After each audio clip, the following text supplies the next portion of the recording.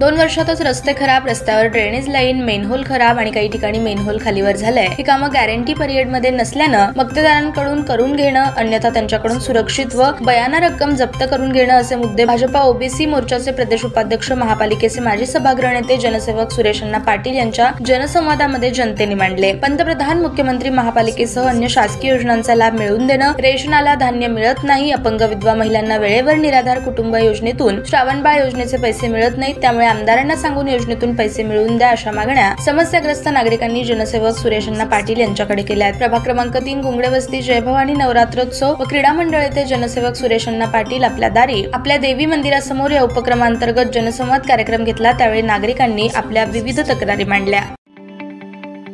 ताज्या बातम्या पाहण्यासाठी प्राईम महाराष्ट्र न्यूज चॅनलला सबस्क्राईब करा।